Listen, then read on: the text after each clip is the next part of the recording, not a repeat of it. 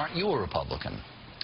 I am a Republican, but I'm not going to be a Republican anymore. I've got to become an independent. Guess what? The independents don't want you either.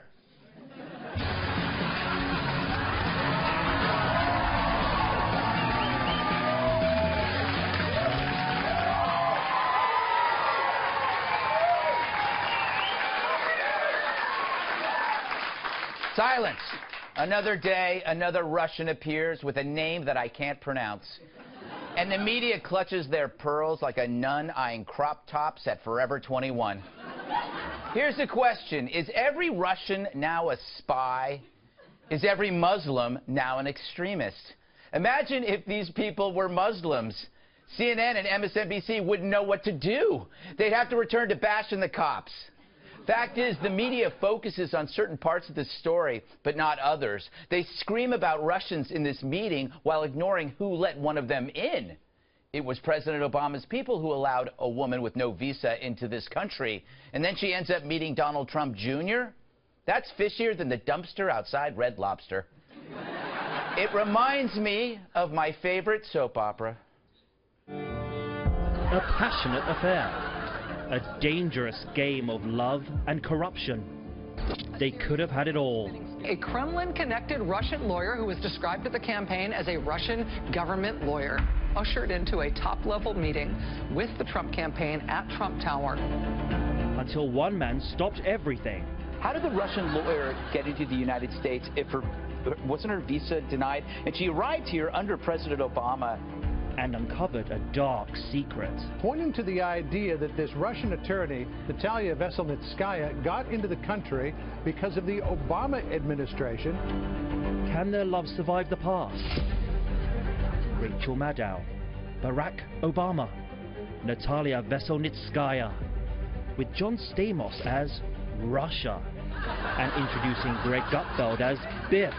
This is either the end of things, or things are about to get very, very weird. Days of Our Comrades, weeknight. Nice. All right. Sure, why not? Clap.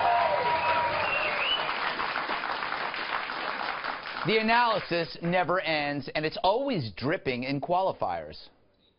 There are a lot of questions still about what's going on, but there is a lot of smoke around here. We spent a lot of months trying to piece some of this together, and by no means are the pieces fitting yet, but this does, seem like a significant piece. If there was collusion between whether it's Donald Trump Jr. or someone else and the Russians, what does that mean? Then there's the big, what does that mean? And I think we don't know. Yes, we don't know. Hey, but don't let that stop us.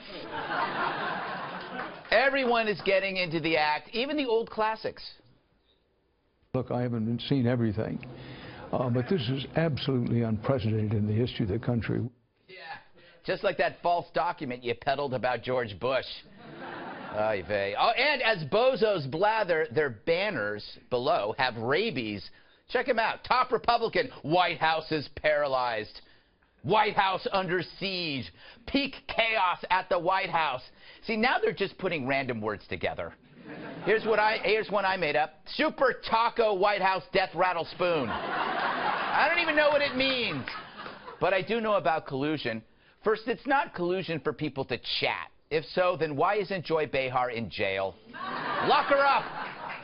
And is listening now a crime? If so, I have an excuse for ignoring my wife. Oh, an old joke. I know. That's gonna hurt.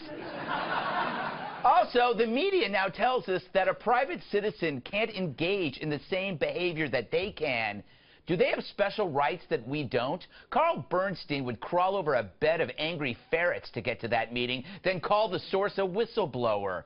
If it were Chelsea Clinton, she'd suddenly be called a citizen journalist. Hell, if you offered dirt on Trump to Bill Clinton, he might stop groping a waitress just to take a look. If info on Trump was offered to the media, you think they'd ponder its origins? They were passing around that British dossier like a used-up hustler. We keep redefining collusion, so I'm going to do it too. I've been fighting collusion all my life, from media, academia, and Hollywood, as they trick us into accepting foul lies and propaganda. You want collusion? Look at climate change journalism. Look at the news coverage on law enforcement. Look at how conservatives are demonized across pop culture. You want collusion? Watch how academics, reporters, and celebrities made identity politics the most destructive cult since the People's Temple. You want collusion, media? You invented it. Because every day there's a smoking gun, and in 2 days it goes up in smoke. But the press keeps overselling their product, exhausting the public. Could you imagine CNN and MSNBC being this intense over Benghazi, Fast and Furious, the IRS scandal, the DOJ scandal, the Secret Service scandal, Loretta Lynch's tarmac visit, Donna Brazil's debate collusion, Hillary's secret server, the Clinton Foundation shenanigans? I could go on. I could go on, and I will. Nothing will ever come close to Ted Kennedy meeting with the KGB in order to beat Ronald Reagan in 1984. It was a quid pro quo. You helped the Dems, we helped the USSR. If it worked, we would still have the USSR. Instead, now, thanks to Reagan, we have a smaller, far less scary Russia. And that's the big joke here.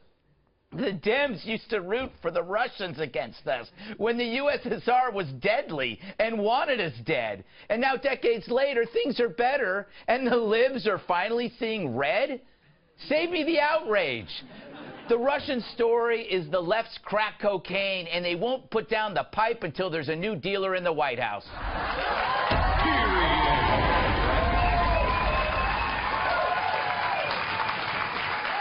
All right, let's welcome tonight's guest.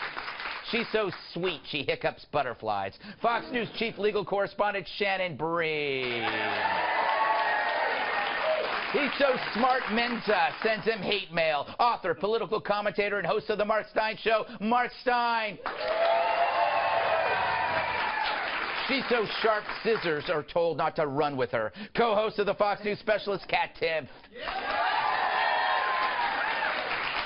And that's not nighttime, it's Tyrus's shadow. Former bodyguard and my massive sidekick, Tyrus. All right.